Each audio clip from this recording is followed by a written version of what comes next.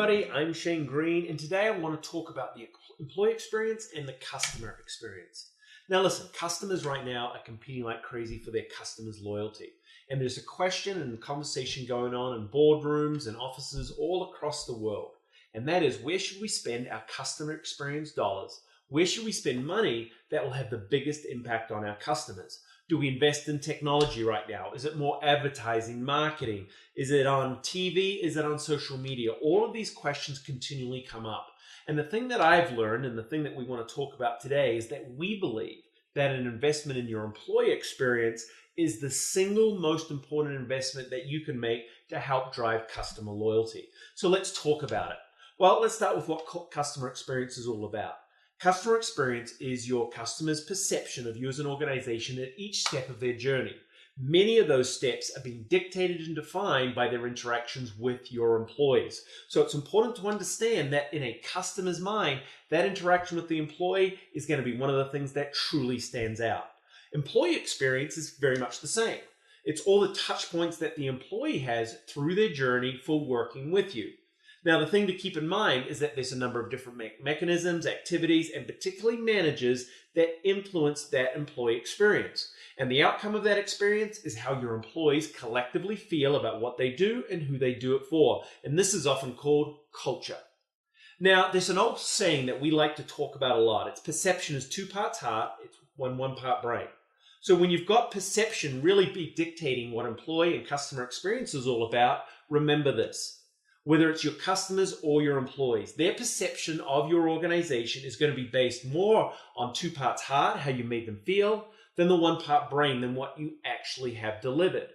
And because, as we've already indicated, your employees are probably the biggest determinant of how your customers feel, that employee experience and how they feel as a result of it has to be front of mind in everything that you do. When I worked for the Ritz-Carlton Hotel Company, there's a quote or a hotel axiom, a truth, that was often put in front of us. Simply said, an employee with a great attitude delivers great experience. An employee with bad attitude will generally deliver poor experience or service. Now, I know you can't control everything in your employees about how they feel about coming to work. But yet, there is a number of things that happens in the workplace that can dictate whether or not your employees feel great about taking care of your customer or not so great. We work with companies all around the world, and we see the same things coming up time and time again. We see employees that aren't being defined and driven by their values, therefore are not guiding how people should act and interact, particularly with the customers. We see recruitment and selection programs based on experience, not how their personality or personal values will align up and make them successful with the organization.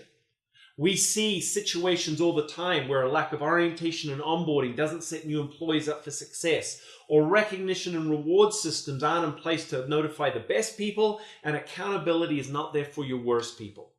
We often see situations where employees are asked to take care of customers, yet they don't have all the information, the tools, and the training to be successful. And yet in every situation, we always hear that these same employees have to take care of the customer with a smile. The reality is, it just doesn't happen like that. Now, we work with companies all around the world, and what we see is organizations that aren't driven or living by values, therefore not being able to guide how their employees act and interact successfully with others, especially your customers.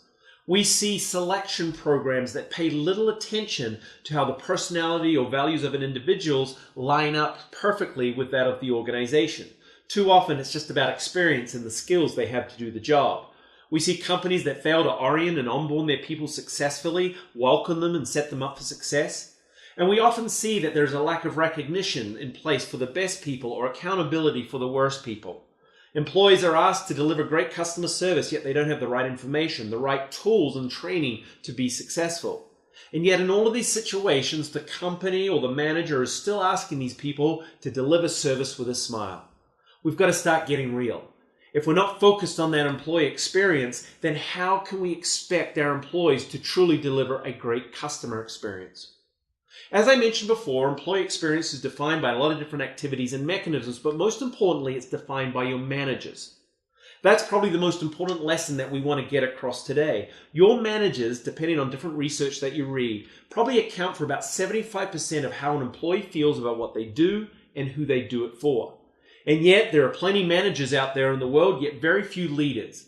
Managers who are not approachable, disrespectful, don't develop a trusting, couldn't care two things about what the person does outside of work. All of these elements build up a situation where an employee just doesn't feel good about what they do. So we often get asked, well, where do we start in delivering a great customer experience? And the answer actually is quite simple. It starts with your managers. Now, what you want to be able to find out is which of those managers are not fulfilling their leadership responsibilities. Now, I'm going to tell you now, this doesn't require some in-depth survey. It doesn't require questionnaire or focus groups, because my bet is, like most times when we walk into an organization, you already know who those managers are. Those managers that aren't invested in taking care of their people. Those managers that aren't interested in inspiring and motivating, but merely using their titles to get things done. You see, that's the problem in most service organizations. They have too many managers and not enough leaders. You can't make someone deliver great customer experience or great service. They've got to want to do it themselves. And you see, that's what a leader does. They inspire their people to want. So start asking yourself whether or not you've got just leaders or managers in your organization. Focus on setting some leadership expectations. Do some leadership development. Then at the end of the day, make sure you've got some leadership accountability. Because in today's modern world, there's no place for a manager that doesn't give a damn about his people, his or her people, and what they do day in, day out. You want to improve your customer experience? Then get your employee experience right. And to do that, you've got to make sure that you have managers who can fulfill and uphold those leadership expectations. Listen, good luck out there. But remember this, your employee experience is the leading indicator of your customer experience. So where are you going to invest your money? Maybe start with your employee experience and getting leadership right. Thanks very much for listening. We look forward to seeing you again soon. Cheers.